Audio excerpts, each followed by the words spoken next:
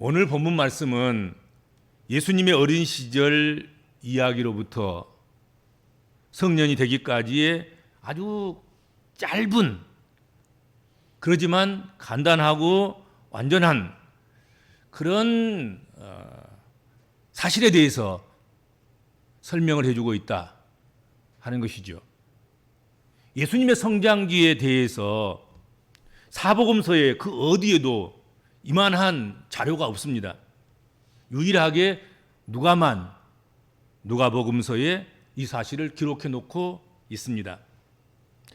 만약에 누가마저도 섬세한 그런 눈길로 이런 것을 살피지 않고 그래서 복음서에 빠져 있다고 하면 우리는 예수님 어린 시절에 대해서 또 그가 소년 정도 12살 먹을 정도의 그 나이 때 무엇을 했는지 하나도 알 수가 없었을 것이다 하는 것이죠. 누가복음에 의하면 예수님의 부모가 유월절을 지키기 위해서 12살 먹은 예수님을 데리고 예루살렘의 성전에 가셨다는 거예요. 그리고 유월절을 잘 마치고 집으로 가는 일을 그냥 일상적으로 하는 거지요. 작년에 유월절도 그랬고 그작년에 유월절도 그랬고 금년에 유월절도 그런 거예요. 유월절을 마치고 집으로 돌아간 거지요.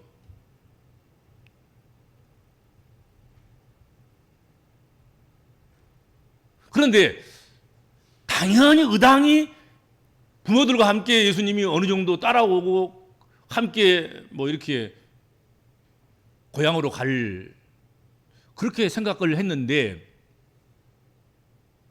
그리고 조금 떨어져서 아니면 동네에 다른 사람들과 다른 친구들과 또는 친족들과 이웃들과 함께 오련히 생각하고 당연히 유월절이 절기가 끝나면 당연히 다들 집으로 가니까 예수님도 그렇게 하실 줄로만 아는 거지요.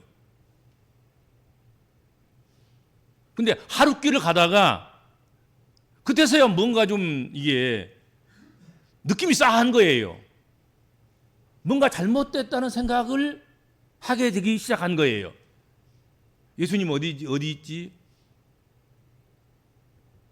예수는 누구랑 같이 올까? 사촌 누구랑 올까? 아니면 이웃 누구랑 올까? 그래서 이제 수소문하기 시작한 거예요. 예수님을 그들의 친족과 아는 사람들 중에서 찾았다는 거지요. 내 아이 못 봤어? 예수 못 봤어?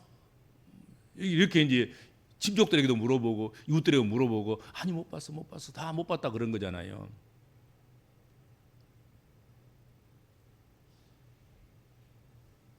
친족과 아는 사람들 중에서 찾았으나 찾지 못하게 되었습니다.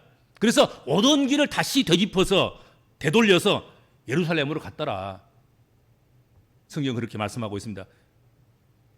그리고 46절에 보면 사흘 후에서야 성전에서 예수님을 만났다는 거예요. 그런데 성전에서 예수님을 만났는데 뜻밖에도 예수님은 성전에서 당시 유대의 랍비들에게 둘러싸여 앉아서 듣기도 하고 묻기도 하고 그러고 있더라는 거지요. 예수님이 얼마나 잘 묻고 잘 대답하는지, 또 랍비들이 설명하는 것에 대해서 능히 이해하고 다 듬뿍듬뿍 이렇게 흡수하고 받아들이고 아멘 하고 그런 거예요. 그러니까 랍비들하고도 지금 대화가 되는 것 아니겠습니까? 충분하게.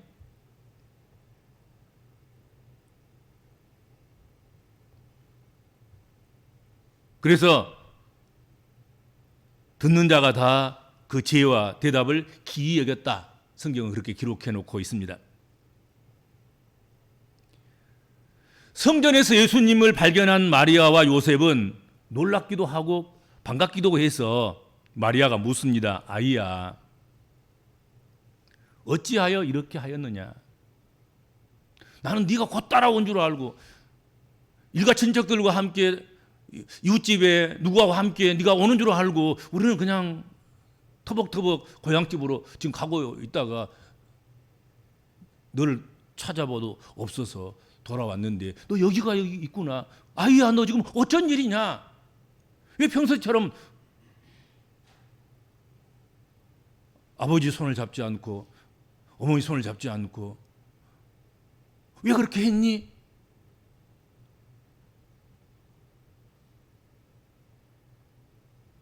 내 아버지와 내가 근심하여 너를 찾을 줄 몰랐었느냐? 네 아버지와 내가 근심하여 너를 찾았노라.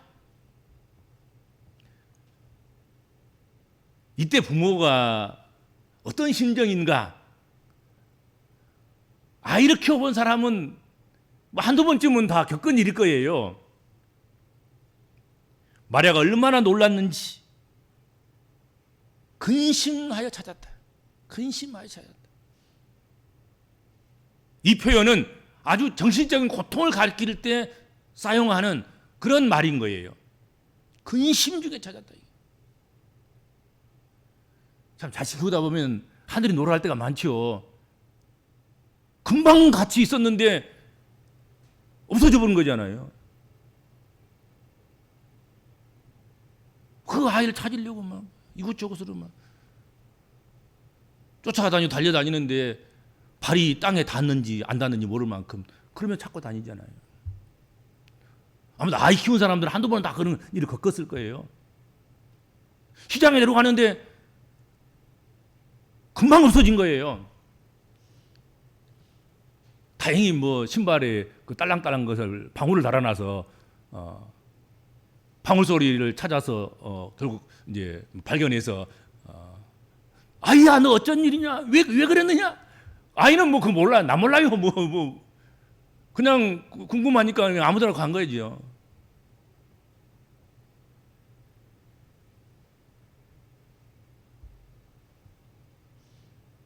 자식들을 그렇게 쉽고 간단하게 만만하게 키워지는 것이 아닌 것. 그것은 모든 부모가 다 겪는 일이고 다 아는 일이죠. 그래서 자식 가지고 큰 소리 칠 것이 아니다. 누구라도. 다 보면 다 걸려 넘어진 사람들, 또 문제가 발생하는 사람들 전부 다 자식 잘 되라고 자식을 위해서 뭔가 좀 해주다가 결과적으로는 그것이 법적으로 문제가 생기고 정치적으로 문제가 생기고 경제적으로 문제가 생기고 사회적으로 문제가 생기고 그러잖아요. 다들. 자기들에게는 엄격해도 자식에게는 엄격할 수가 없어요. 그러시죠?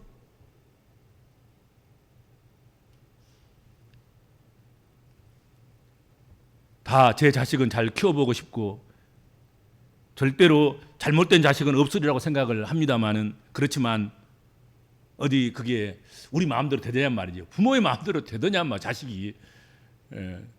우리 자식들만큼은 그래도 최고의 학교에 들어가서 공부 잘해서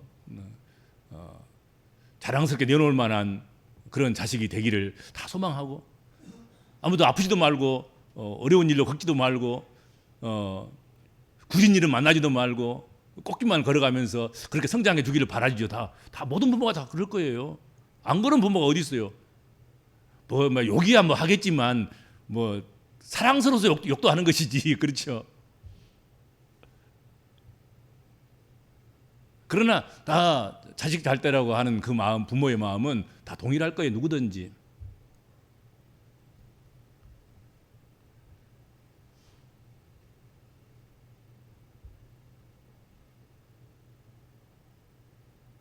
그런데 그렇게 근심해서 너를 찾았고 이미 집까지 거기 갔는데 다시 돌아와서 지금 살 길을 다시 돌아와서 예루살렘 성전에서 만난 그 예수가 엄마가 묻는 네가 어찌하여서 이렇게 했느냐? 네 아빠와 내가 너를 근심 중에 찾을 줄 몰라서 그랬느냐?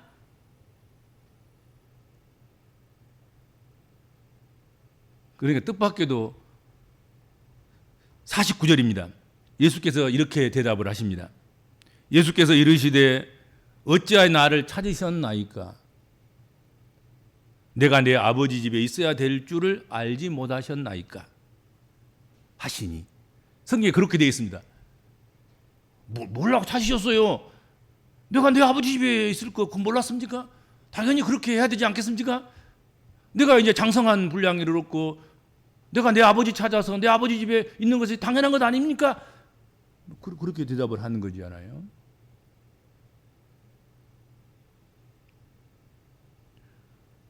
오늘 본문의 핵심은 바로 이 말씀일 것입니다. 내가 내 아버지 집에 있어야 될 줄 알지 못하셨나이까.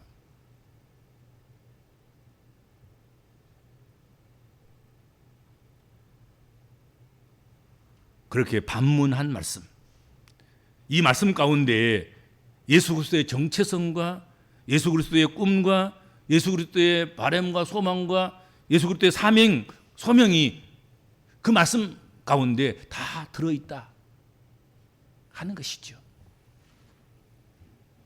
예수님은 이 말씀 가운데서 내가 내 아버지 집에 있어야 될 줄 알지 못하셨습니까? 이 말씀 가운데 예수님은 자신이 누구인가를 고백하고 자신이 누구인가를 드러내고 자기의 정체성을 이야기해 주는 거란 말이죠.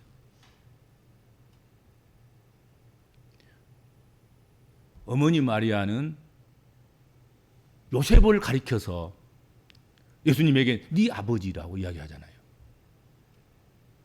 근데 예수님은 하나님을 향하여서 내 아버지라고 한 거예요.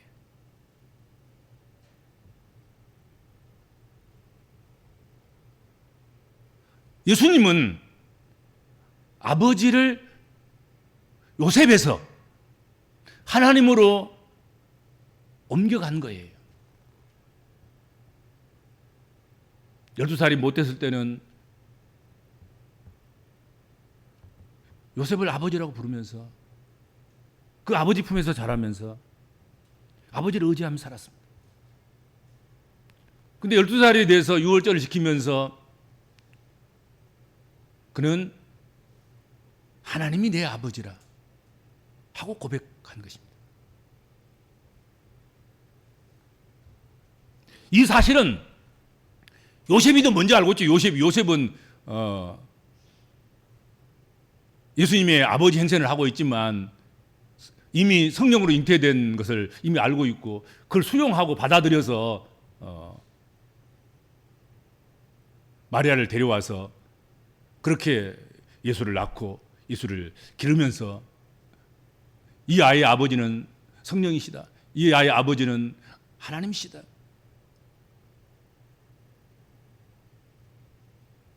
그리고 언젠가는 내 아버지 집, 내 아버지 그리고 날아갈 것을 알고 계신 거잖아요. 요셉은. 마리아도 알고 있고. 어느 날 언제 그렇게 될 것인가. 그거 시간만 문제인 거예요.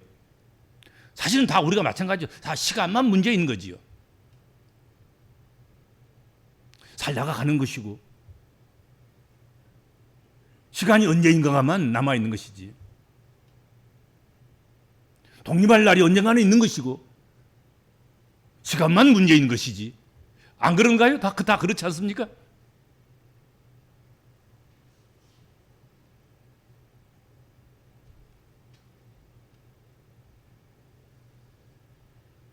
이 날이 오기를 희망차게 기대하는가 동시에 또 겁난 날인 거죠. 자녀들이 나 이제 독립할래. 이제 아버지 필요 없어. 엄마 필요 없어.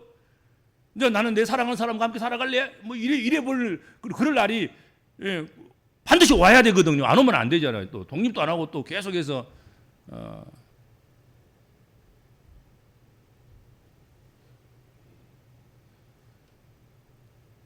어른이 돼도 어른이 안 되려고 하고 어른으로서의 몫을 감당해야 되는데 그렇지 않으려고 한다고 하면 또 그것도 문제가 되겠죠. 그러니까 희망찬 날이기도 하지만 또 두려운 날이기도 하지요. 또 떠난다는데 이제는 부모가 필요 없다는데 얼마나 섭섭하고 또 그렇잖아요. 그럴 날이 오는 거지요. 비로소 예수님께서 자신이 하나님의 아들이라는 사실을 12살 때 고백하는 거예요. 내 아버지 집, 내 아버지 집에 있어야 되는 줄 알지 못하셨습니까? 왜 나를 당신들 안 따라왔다고 지금 겁박하고 서운해하고 괘씸해하고 내가 요셉과 마리아의 마음을 근심하게 했다고 그렇게 여기십니까? 내가 이럴 줄 몰랐습니까? 내가 내 아버지 집에 있어야 되는 거, 그건 당연한 일 아니겠습니까?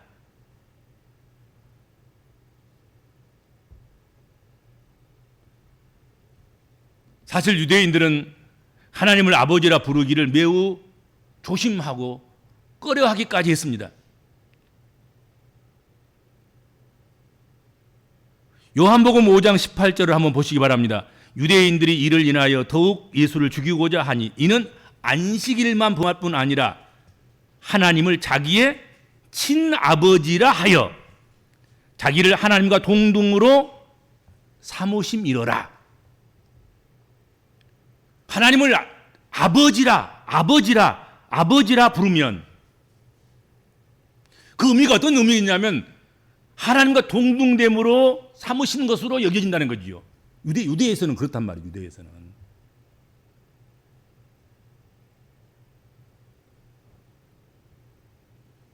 그래서 유대인들은 감히 하나님을 나의 아버지라고 말하지 못하였다 하는 것이죠.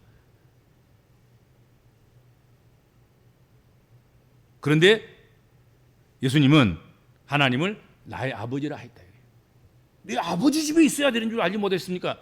갈릴리 나사렛에 있는 그 집 말고 내 아버지 집에 있어야 될 것을 모르셨습니까? 내 아버지 집에서 아버지를 위해서 일하는 서기관들과 랍비들과 그리고 바리새인들과 이런 사람들과 함께 묻고 듣고 이렇게 하는 것, 그럴 줄 몰랐습니까? 그렇게 하는 것을 당연한 것으로 여기지 않으셨습니까? 여기가 내 아버지 집입니다. 이 성전의 주인이 내 아버지십니다. 그렇게 한 거예요. 그렇게.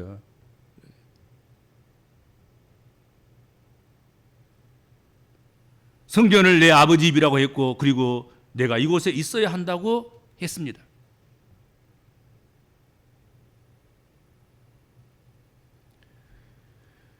예수님은 계속된 대답에 내가 아버지 집에 있어야 될 것을 알지 못하셨나이까 하는 이 말씀 속에 담겨 있는데 내 아버지 집에 대한 이야기를 아니할 수 없습니다. 예수님은 예루살렘 성전에 계시면서 성전을 내 아버지 집이라고 언급했습니다.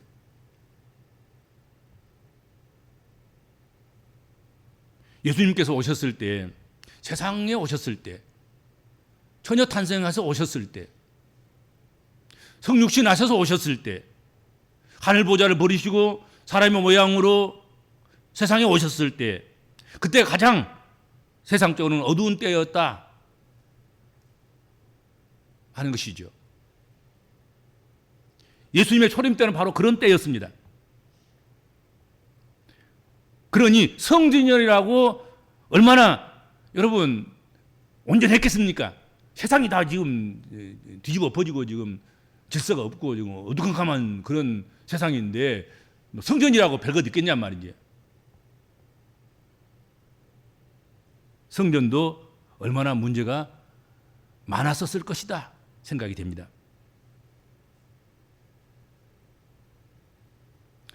나중에 예수님께서 공생애를 시작하면서 예루살렘 성전을 몇 번 드나드셨잖아요. 예루살렘 성전에 드나드시면서 하루는 책찍이를 만들어가지고 책찍이를 하시는 그런 사건을 우리가 성경을 통해서 볼 수 있지 않습니까? 책찍을 휘두르면서 내 아버지 집을 강도의 구렬로 만드냐 그러면서 성전을 정화시키는 그런 일들을 하셨던 것을 우리가 잘 기억하고 있습니다.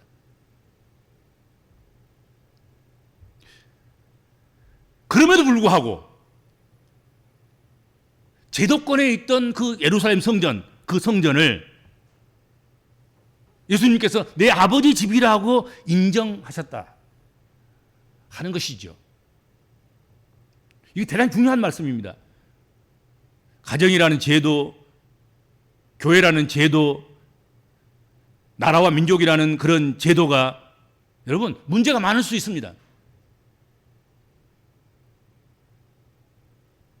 그럼에도 불구하고 아무리 세상이 어렵고 또 어지럽고 혼란스럽고 캄캄하고 잘못 굴러가고 그런 가운데 있는 그 중심에 있는 그런 모양을 지닐 수밖에 없는 그런 제도일지라도 그 제도권 안에 머물러 있어야 한다는 사실을 기억해야 되고 또 성경 그것을 우리에게 가르치고 있고 말씀하고 있다 하는 것이죠.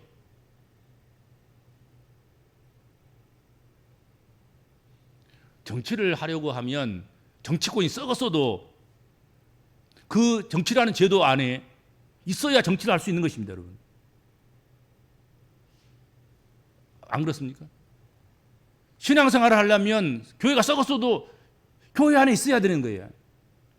교회 밖에서 교회를 발견할 수도 없고 그런 교회가 없어요. 교회 밖에는 구원이 없어요.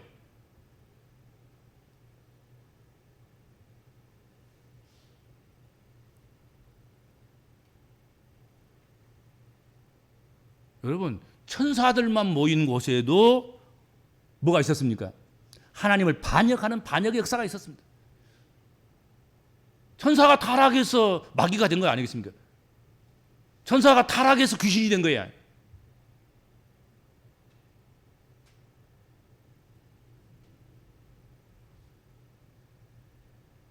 근데 문제가 많은 그들이 모여서 제도를 만들고 그들이 모여서 아버지 집을 형성하고 그들이 모여서 공동체를 만들고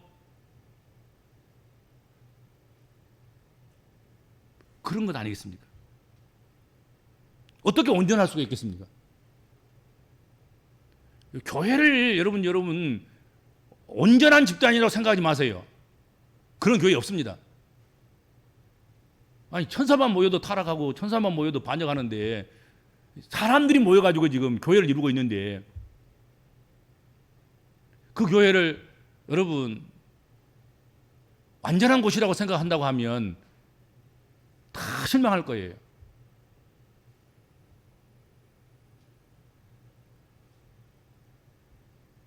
그럼에도 불구하고 주님이 세우신 주님의 몸된 교회를 통해서 하나님은 은혜를 공급하시고 축복된 삶을 누리게 하신다는 사실을 우리는 늘 기억해야 됩니다. 흠집이 많고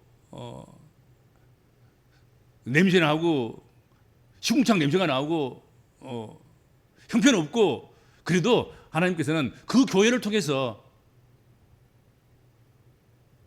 믿음의 사람들을 어루만지시고 믿음의 사람들의 갈 길을 밝히시고 믿음의 사람들과 함께 하시고 믿음의 사람들이 믿음의 열매를 맺어가도록 도우시고 역사하시고 힘주시고 능력 주시고 그렇게 하신다.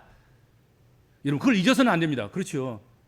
교회가 싫다고 교회 밖에 나가는 사람들이 여러분 어떻게 되던가요?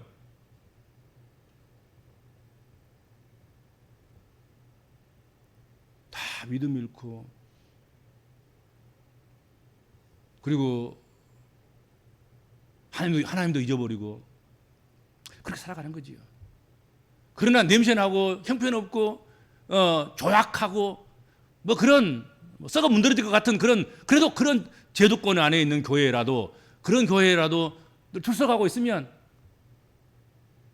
여러분 믿음이 지켜주고 믿음이 갱신되고 하나님을 만나고 때때로는 성령의 기름 부으심과 또 성령의 강한 역사 속에서 그렇게 성령의 이끌리심과 가르치심과 붙들어 주심을 받고 그렇게 살아가는 것이죠. 누가 승리하겠습니까? 썩어진 문드러진 그런 교회라도 여러분 그곳에서 믿음 생활을 하는 사람이 결국은 믿음으로 승리하는 거예요.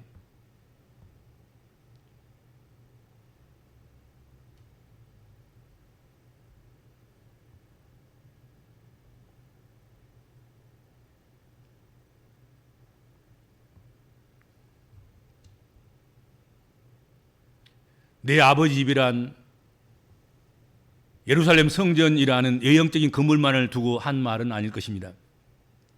바로 자신의 몸으로 세워져 가게 될 새로운 성전을 두고 말함일 것이라고 생각합니다. 예수님은 아버지 집인 교회를 믿었고 교회에 대한 무한한 신뢰를 표명하셨다. 그렇게 생각이 됩니다. 예수님이 있어야 할 곳은 바로 그 아버지 집이라는 사실이지요. 오늘 우리 그리스도인들도 마찬가지, 오늘 복음적인 그리스도인들도 마찬가지, 오늘 구원받은 하나님 백성들도 마찬가지인 것입니다. 내가 머물러 있어야 할 그곳은 바로 아버지 집입니다. 세상 술집이 아니고 세상 호화로운 무슨 유흥가나 환락가나 또는 무슨 대단한 무슨 그런 건물들이나 호텔이나 그런 숙박시설이나 그런 놀이터가 아니라 아버지 집이어야 하는 거지요. 그곳에 안식이 있으며 그곳에 은혜가 있습니다. 죄가 있어도 거기 좀 꾸정물을 일으키는 그런 잡동사니 같은 것이 앉아 있더라도 그래도 그곳에서 우리가 은혜 받고 그곳에 그래도 안식이 있는 거예요.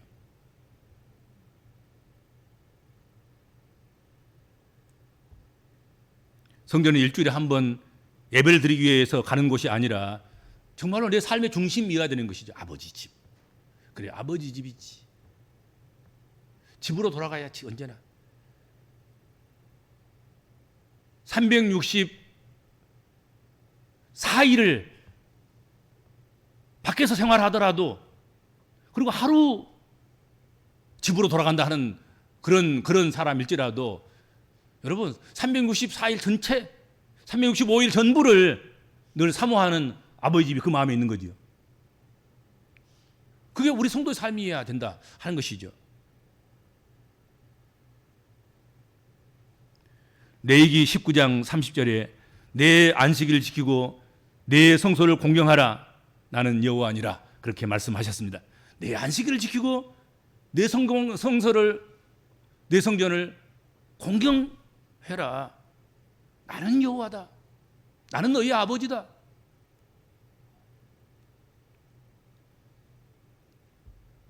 그리고 또한 내가 내 아버지 집에 있어야 될 줄 알지 못하셨나이까 하는 이 구절은 내가 내 아버지의 일들 가운데 있어야 될 줄을 모르셨습니까? 내가 내 아버지 일들을 내가 행해야 될 줄로 알지 못하셨습니까? 하는 그런 의미가 있다 하는 것이죠. 집이라고 번역된 이 말이 일이라고도 번역할 수도 있다. 그렇게 생각이 됩니다.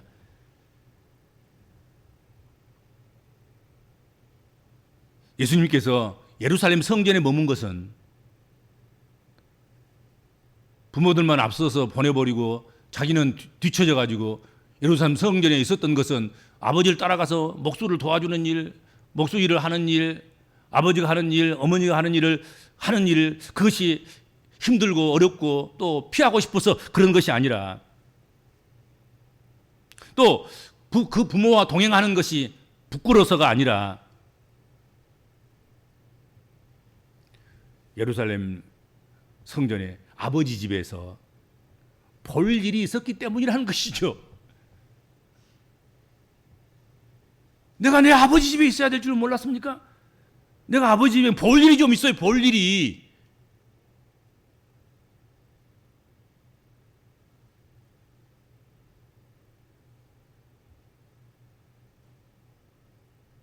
예수님은 자기가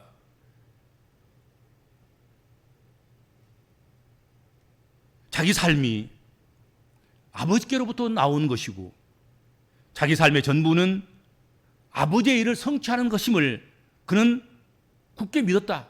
의심하지 않았습니다.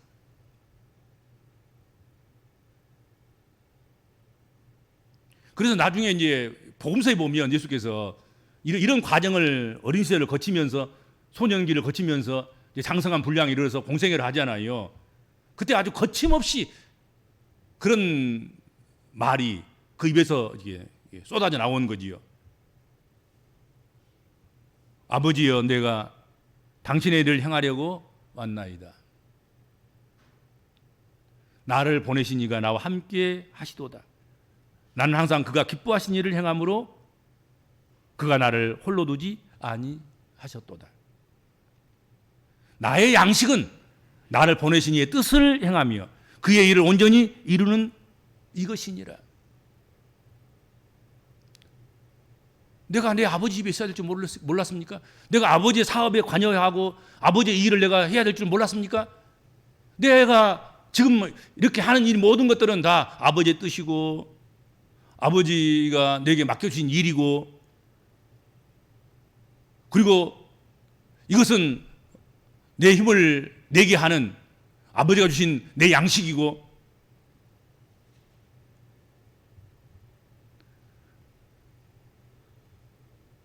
내 기쁨과 내 모든 것들은 다 아버지의 일을 온전히 이루는 것, 그것입니다.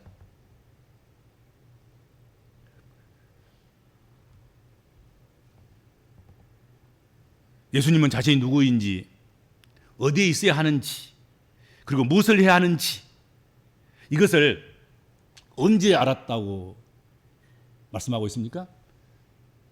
12살 때. 12살 때 지금 이 말이 예수 그리스도의 입으로 통해서 고백되어진 것 아니겠습니까? 내가 내 아버지 집에 있어서 내 아버지의 사업에 관여하고 내 아버지의 말씀을 듣고 내 아버지의 말씀을 묻고 내 아버지 일을 해야 되는 줄 내가 깨달았고, 내가 그걸 하는 일에 있어서 어찌 그렇게 했느냐고 나를 책망하십니까? 책망받을 일이 아닙니다. 나는 당연히 아버지 일을 하는 과정 속에 있습니다. 그렇게 한 거지요. 12살 때 그것도. 문제는 12살의 갑절, 24살, 24살의 갑절인 48살, 그 갑절이 되어도 8순이 넘어가고 9순이 다 되어가도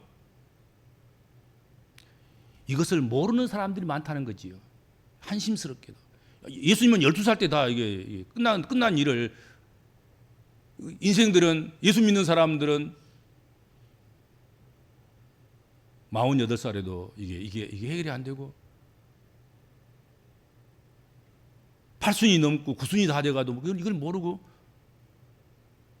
죽음에 이르면서도 이걸 모르는 그런 이들이 너무 많다는 것 아니겠습니까?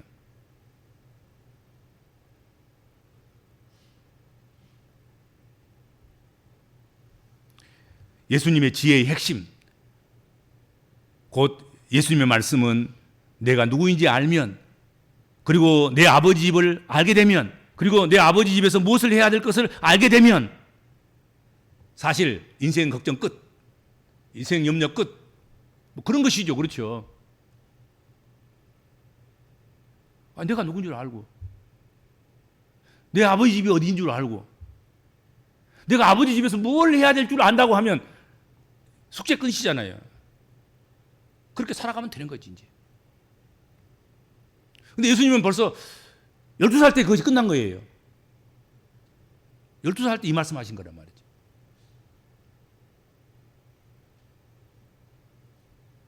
본문 마지막 절인 52절을 보면 예수는 지혜와 키가 자라가며 하나님과 사람에게 더욱 사랑스러워 가시더라 말씀하고 있습니다.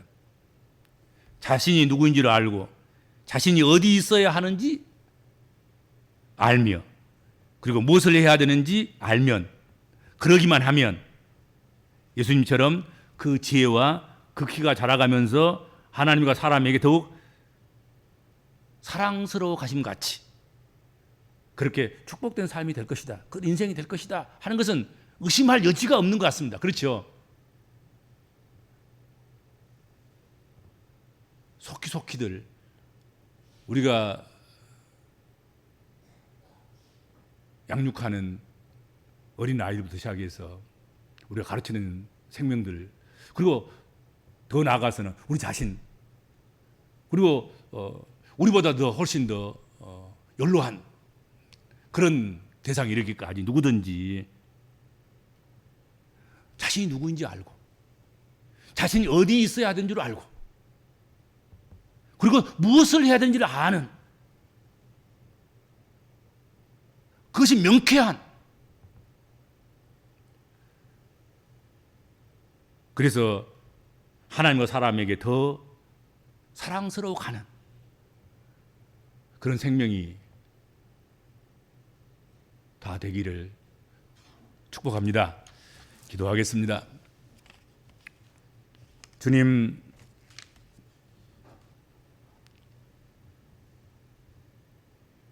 우리 한 사람 한 사람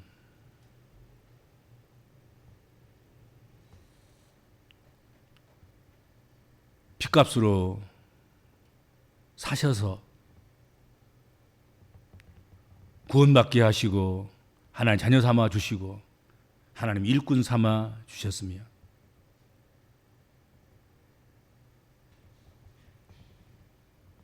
우리가 그 가운데서 마땅히 자기를 알고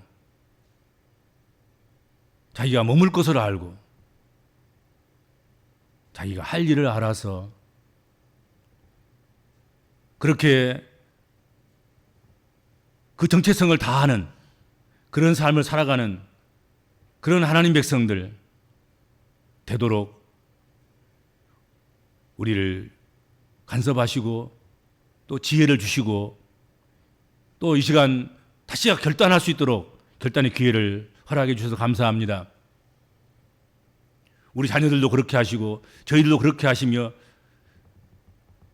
저희들뿐만 아니라 함께 믿음의 생활을 살아가는 우리 모든 믿음의 권속들이 다 자기를 알고 자기가 머물 집을 알고 그리고 그곳에서 무엇을 할 것을 알아서 그 일에 충성을 다하는 그리고 그것을 보람 있게 생각하고 그렇게 살아가는 주의 모든 백성들 되게 하여 주시옵시길 비옵고나옵나이다. 그래서 하나님께로부터 더 사랑받고 사람들로부터 더 존중받는 그런 모든 생명들이 되도록 하나님 복을 허락하여 주옵소서. 예수님의 이름으로 간절히 기도하옵나이다. 아멘.